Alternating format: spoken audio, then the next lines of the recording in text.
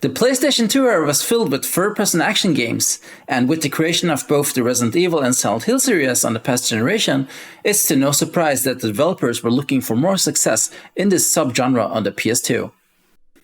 One of these games was Hunting Ground from Capcom, which was released in early 2005, where the idea is to create something that feels very Resident Evil, but instead of going in the action horror direction, they try to create something a bit more sinister and psychological.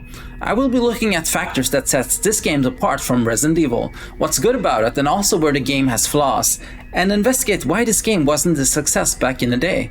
And lastly, I will give it a score. Before we get started, something good to know is that I played this game with an original copy, but on a PS2 emulator called PCSX2, so the captured footage will have better graphics than what you would have on a real PS2. Additionally, the emulator enables quick saving, which for this game in particular really improves the game, as the game has quite a lot of trial and error design and other random factors. The video footage of the game also goes up to about 3 hours into the story, so while there will be some minor spoilers, you can still enjoy the majority of the game if you decide to get it and haven't played it before. The game starts with you having a dream of a car crash, and then having you shortly waking up in a damp cellar, locked away in a cage, with what seems to be some kind of mutated cannibal, about to have you as your meal, or worse. At a glance, it seems like the game might be similar to many American horror movies that were popular at the time. However, once the game starts and you escape, you quickly realize that it's something completely different, and the game creators are playing around with your expectations. The playing around with the expectations continues throughout the game. One particular theme is how the camera and audio often is placed in a way that makes the players think about the various actions in the game might be of sexual nature, but nothing is really ever shown, which makes it definitive.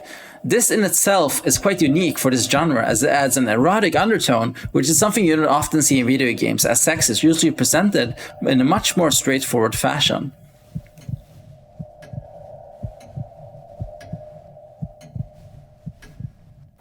Continuing after the intro, the main protagonist Fiona doesn't remember who she is and what has happened, and you start to explore the surroundings and insides of a massive castle trying to find an escape. Shortly, you also become friends with the dog named Huey, who stays as your companion throughout the rest of the game. As you progress, the game will often give you the impression of dread, but it's actually quite rare that something does happen. This in itself is an effective fright builder, as what I personally find the scariest is my own imagination of what might happen, and the game does a good job in continuously playing on these strings. The Resident Evil games all share a game loop where the players has to explore an area, and the challenge comes from having limited resources to deal with the various obstacles and figuring out the puzzles to get to the area and progress the story. The game feels rewarding as you unfold the story, unlock new weapons, which somewhat changes how you approach the game, and of course entertaining cutscenes to keep the players on their toes. In that sense, Hunting Ground is quite similar, where the player has to explore a large castle and solve various puzzles to move the story forward. The main difference is that in Hunting Ground, combat is extremely limited, and there are no firearms or any kind of weapons to directly use. This in itself makes the players feel a lot more vulnerable, as you don't really have any good ways to defend yourself from threats. As mentioned earlier, Huey the dog becomes your companion and comes with his own unique game mechanics. With the right analog stick, you can give Huey basic commands such as sit, stay, and go. There's also a friendship meter in the background based upon if you praise or scold Huey. The game is said to alter Huey's behavior based upon this meter, however I never really noticed the difference in his behavior as the game progressed. Huey is useful in that he can delay an enemy that might be chasing you by biting into them. At other times, Huey might also be needed to solve certain puzzles. Technically, Huey is quite impressive with realistic movement, breathing animations. This is one of the things that sets Hunting Ground apart from Resident Evil and also Silent Hill. In Hunting Ground, there's often a person who is looking for you in the castle, and once they find you, they will aggressively chase you unless you manage to break their line of sight and then hide. Breaking the line of sight can be difficult, as running consumes stamina, gradually slowing you down. There are 3 ways of hiding in the game. You can either go to an obvious hiding place, such as under a bed or inside a closet, running away far enough for them to lose you, or lastly, you can try to use one of the more hard to find hiding places by pressing the duck down button. It's not obvious where these places might be, but often it's inside a bush or, for example, behind a curtain. Once you're hidden, sometimes the camera will switch to the pursuer, which can be effective in building anxiety as they closely approach your hiding spot. If the hiding spot is not valid and you are found, they will attempt to kill you.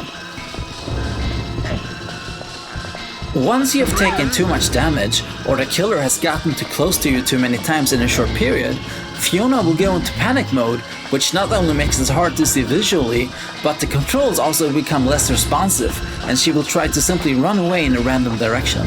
This mechanic is quite unique, and it's very effective in creating the feeling of trying to escape from danger in a bad dream. These mechanics carve the uniqueness of the gameplay on top of what was previously established with Resident Evil.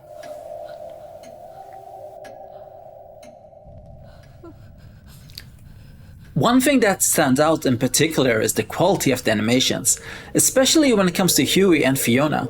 The animation is detailed and smooth, and there's quite a lot of unique states which depends on what is happening in the game and how Fiona is feeling.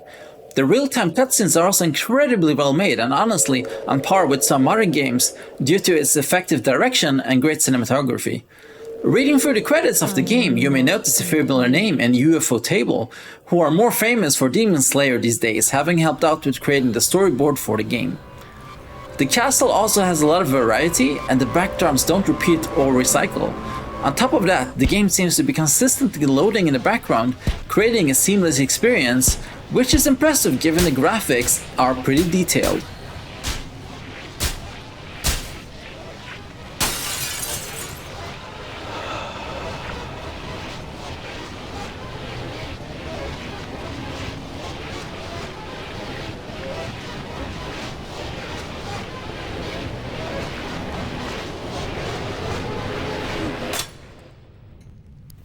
The game also focusing on a lot of immersion, so HUD is incredibly limited, and your stamina and mental stability is shown through the character animations instead.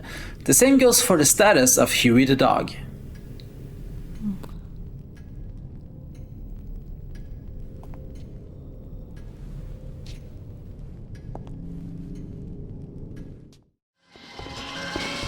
While the game has some memorable and pretty good music, for the majority of the time you will be simply hearing short, repetitive snippets that are designed to be stressful.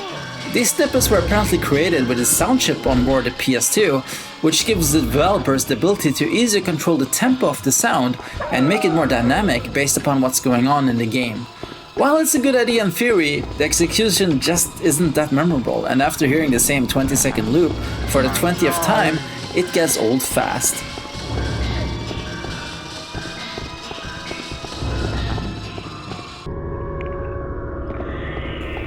The puzzles in the game are for the most of the time quite straightforward and easy to complete.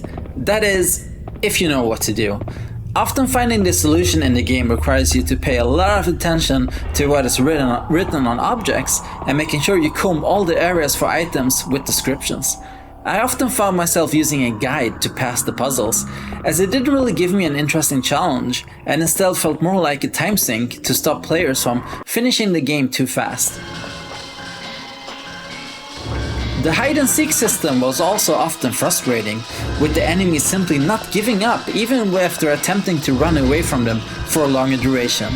Additionally, at times it felt like you could end up in a scenario that was incredibly hard to get out of, with either the dog blocking your path or the enemy showing up in a bad position without any good way to get out of the situation.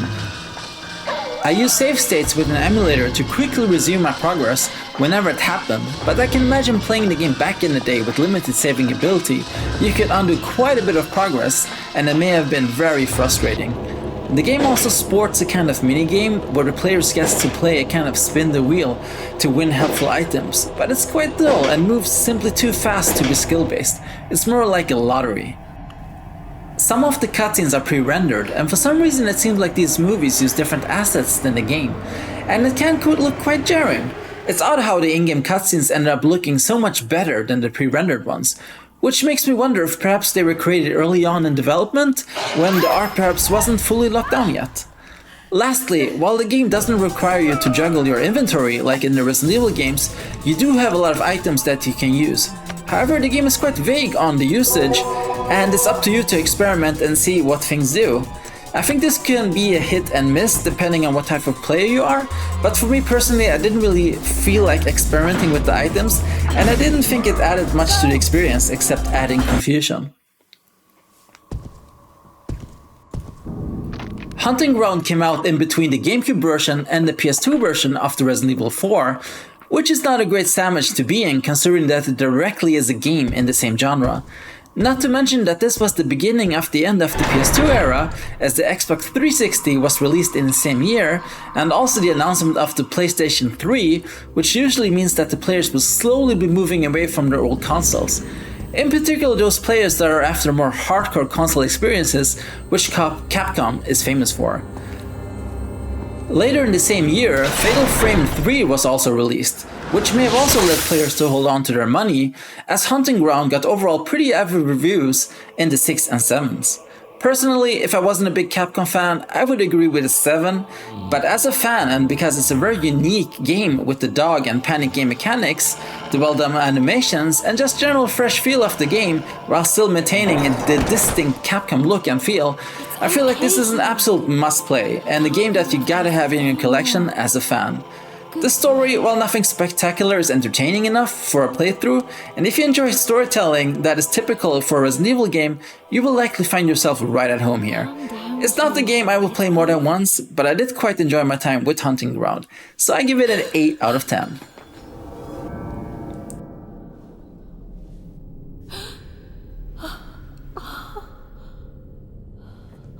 Dinner is served, miss.